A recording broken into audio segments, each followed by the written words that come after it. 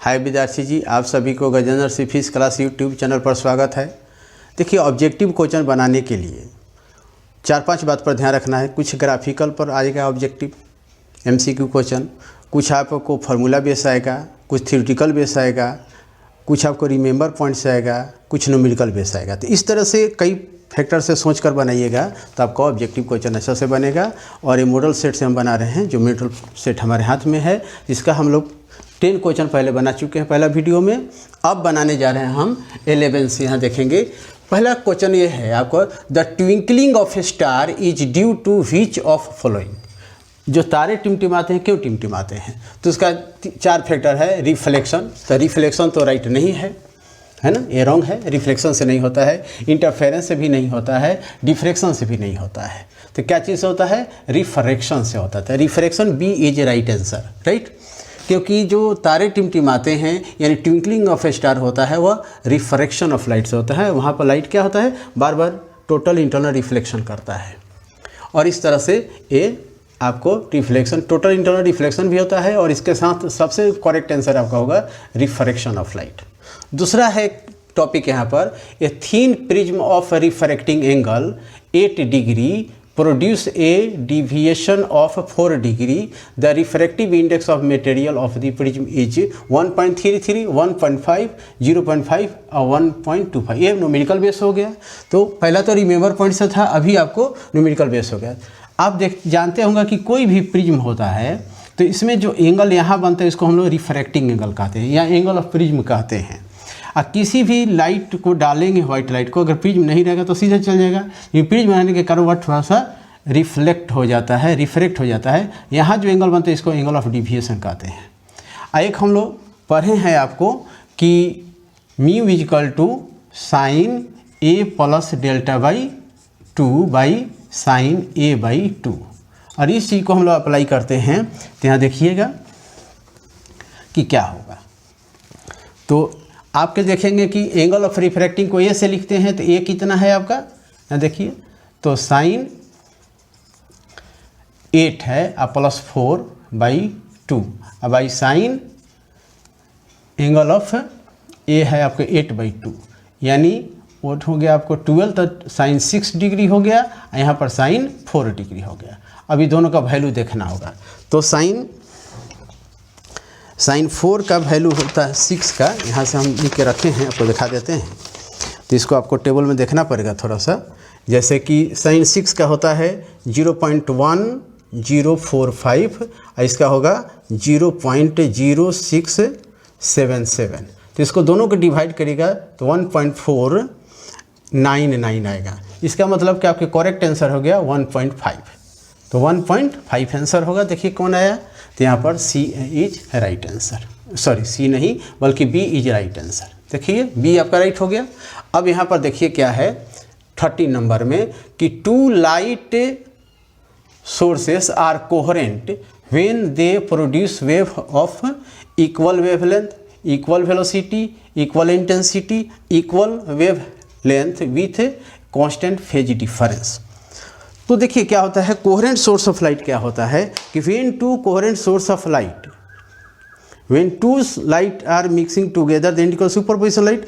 Coherent source of light क्या होता है कि 2 सोर्स ऑफ लाइट ऐसा हो जिसका फ्रीक्वेंसी सेम हो, वेवलेंथ सेम हो, टाइम पीरियड सेम हो, है ना। और उसके बाद क्या हो कि equal wavelength and constant phase difference हो, उसी को कोहेरेंट सोर्स ऑफ लाइट कहते हैं। फिर से एक बार सुन लीजिए, when 2 sources of light whose frequency are same, wavelength are same, time period same, path difference same and phase difference and equal wavelength, constant phase difference and equal wavelength। इसका मतलब ये हुआ कि इसका करेक्ट आंसर क्या हुआ आपका, D हुआ। D is correct answer. एकदम क्लियर हो गया।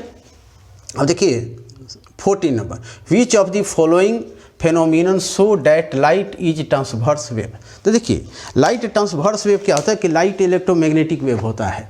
और जो इलेक्ट्रिक वेव होता है उसमें 2 तरह का वाइब्रेशन होता है, इलेक्ट्रिक फील्ड का वाइब्रेशन और मैग्नेटिक फील्ड। और दोनों क्या होता है, ट्रांसवर्स नेचर का होता है। इसलिए इसका करेक्ट आंसर क्या हुआ आपका, पोलराइजेशन में होता है। तो पोलराइजेशन एक ऐसा सिस्टम है जिसमें इलेक्ट्रिक फील्ड, मैग्नेटिक फील्ड दोनों का वाइब्रेशन दिखाया जाता है। और इस तरह से पोलराइजेशन इज करेक्ट आंसर, सी हुआ आपका करेक्ट 14 का। अब 15 में आइए, Einstein equation for photo electric emission is, तो इसका करेक्ट आंसर आपका हो गया बी हो गया, ए वाला हो गया। इसमें देख लीजिए ए क्या है, एच न्यू है, इसको पढ़ेंगे H nu, H Planck constant, nu frequency है कि मैक्सिमम काइनेटिक फाई नॉट को बोलते हैं वर्क फंक्शन। तो आपको बताए थे इस चीज़ को, थ्योरी जब पढ़ा रहे थे आपको कि जो फोटोन होता है वह दो पार्ट में इसका एनर्जी टूटता है, एक तो काइनेटिक एनर्जी में और दूसरा वर्क फंक्शन में, और दोनों का सम ही क्या हुआ, फोटोन का एनर्जी हुआ। इस तरह से आपने देखा, इसका आंसर क्या हुआ बी। तो देखिए 11 का हो गया आपका बी, 12 का हो गया बी, और 13 का हो गया आपका डी राइट आंसर, 14 का हो गया आपका सी, और 15 का हो गया बी। इस तरह से आपने देखा। और इसके बाद जो शेष 5 है क्वेश्चन, उसके बाद थोड़ा देर में बताते हैं आपको, तो इसको भी देख लीजिए। हाँ देखिए, अब बाकी नेक्स्ट 5 जो बना रहे हैं उसको देखिए। 16 नंबर में ये थोड़ा सा रिमेंबर पॉइंट है, 1 बेकरल इज इक्विवेलेंट टू, तो आपको थ्योरी पढ़ाते समय बताए थे 1 बेकरल जो होता है वह रेडियो एक्टिव हीट एलिमेंट्स का क्या होता है, यूनिट होता है। बेकरल एक साइंटिस्ट का नाम है। तो 1 becquerel is equal to 3.70 into 10⁻10 decay per second होता है। ये जो 10⁻6 है ये आपको 1 रदरफोर्ड इक्वल टू होता है, 1 रदरफोर्ड इक्वल। तो आपका ऑप्शन राइट हुआ कौन, ए होगा, ये इज राइट। और देखिए 70 में, if decay constant of radioactive substance is 5.3 into 10⁻3 per year. फिर से पढ़ देते हैं, if decay constant of a radioactive substance is 5.3 into 10⁻3 per year, then its half life. तो देखिए जो रेडियो एक्टिविटी कांस्टेंट होता है, डीके कांस्टेंट को हम लोग लेमडा से लिखते हैं। तो लेमडा दिया गया है कितना, 5.3 इंटू 10⁻³ और हमको हाफ लाइफ निकालना था। हाफ लाइफ का फॉर्मूला होता है 0.6931 बाई लेमडा होता है। अब लेमडा का वैल्यू यहाँ डाल देंगे, 0.6931 अपॉन कितना, 5.3 इंटू 10⁻³ और दोनों को हम लोग डिवाइड करते हैं तो आएगा लगभग आपका 130.8 ईयर। तो आपका राइट ऑप्शन कितना हुआ, बी ऑप्शन राइट हुआ। ठीक है, बाकी सब नहीं होगा।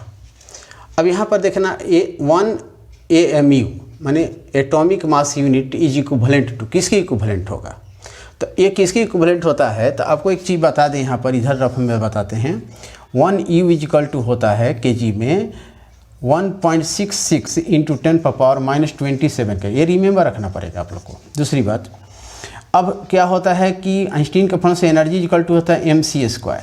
एम का वैल्यू तो यही लेंगे हम लोग, 1.66 इंटू 10⁻⁻27 और सी का वैल्यू 3 इंटू 10⁻8 का होल स्क्वायर करेंगे। अरे करेंगे तो आएगा आपको ये जूल में आएगा, और जूल को इलेक्ट्रॉन वोल्ट में बदलना है तो इसको क्या करेंगे, 1.6 इंटू 10⁻⁻19 से मल्टीप्लाई करेंगे तो ये इलेक्ट्रॉन वोल्ट में हो जाए, तो ये आएगा लगभग 931.5 इंटू 10⁻6 इलेक्ट्रॉन वोल्ट। अब मेगा में बदलेंगे तो 10⁻6 से डिवाइड कर देंगे, 10⁻6 से तो हो जाएगा मेगा में, अर्थात इसका आपका आंसर हो जाएगा कितना, 931.5 मेगा इलेक्ट्रॉन वोल्ट। तो कौन होगा यहाँ खोजिए, कौन होगा, ए तो रॉन्ग हो गया, बी राइट हो रहा है, बी इज 18 का बी राइट होगा, एकदम क्लियर से देख लीजिए। अब यहाँ एक और चीज़ है 19 नंबर में देख लीजिए, N type semiconductor is formed when doped atom is, कौन होगा।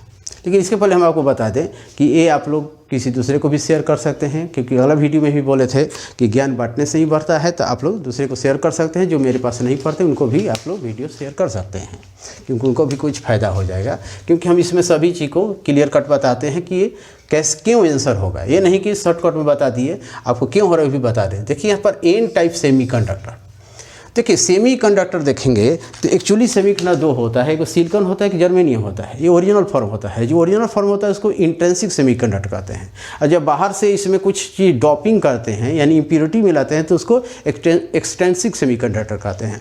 एक्सटेंसिक सेमीकंडक्टर फिर दो प्रकार के, एन टाइप है पी टाइप।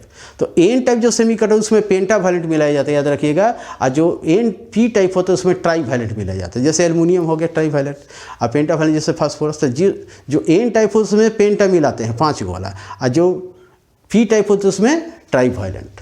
तो अब यहाँ देखिए क्या क्वेश्चन कहता है कि N type semiconductor is formed when doped atom is, क्या होगा, पेंटा होगा, ट्राई होगा, बाईवैलेंट हो गया, मोनोवैलेंट। तो क्लियर होगा कि क्या होगा, पेंटावैलेंट मिला गया। Correct answer is A. कि 20 number question, which of the following gates is a universal logic gate. तो इसमें आपको देखेंगे कि 4 ऑप्शन है, NOT, OR, AND, NAND। तो ऑप्शन जो होगा आपको डी होगा, ए वाला है, NAND। कारण यह है कि हम लोग जानते हैं कि जो यूनिवर्सल गेट होता है वह 2 ही होता है, समझे कि नहीं। यूनिवर्सल गेट 2 होता है, देखिए यहाँ पर लिख देते हैं, NAND गेट, एक होता है NOR गेट। ये 2 ही आपका यूनिवर्सल गेट है, एकदम हमेशा के लिए रिमेंबर रख सकते हैं। NAND gate and NOR gate is universal gate. तो इस दोनों में से आप ध्यान से देखेंगे कि कौन ऑप्शन में है। तो NAND गेट है, बाकी नहीं है। देखिए OR गेट भी कहीं पर नहीं है, इसलिए आपका करेक्ट आंसर हुआ D. D is correct answer. और थोड़ा सा रिपीट कर दें तो देखिए 1 बेकरल आपका रिमेंबर पॉइंट है 3.7 × 10⁻10 DK पर सेकेंड। अगर 70 नंबर के देखा जाए तो इसका ऑप्शन आपका हो गया कितना, बी हो गया। ध्यान से देखिए, फिर से बोल देते हैं 16 का ए ऑप्शन हो गया और 18 का आपका बी हो गया। ये सभी मैथमेटिकल, ये मैथमेटिकल है, 18 नंबर मैथमेटिकल, 17 भी मैथमेटिकल, और जो 16 है वह रिमेंबर पॉइंट पर चलेगा। अब 19 में जो है ये भी थोड़ा सा अंडरस्टैंडिंग भी है और रिमेंबर भी है कि एन टाइप सेमीकंडक्टर कौन होता है, तो पेंटावैलेंट से बनता है। Which of the following gates is a universal logic gate, तो इसका आपका ऑप्शन डी हुआ, NAND गेट।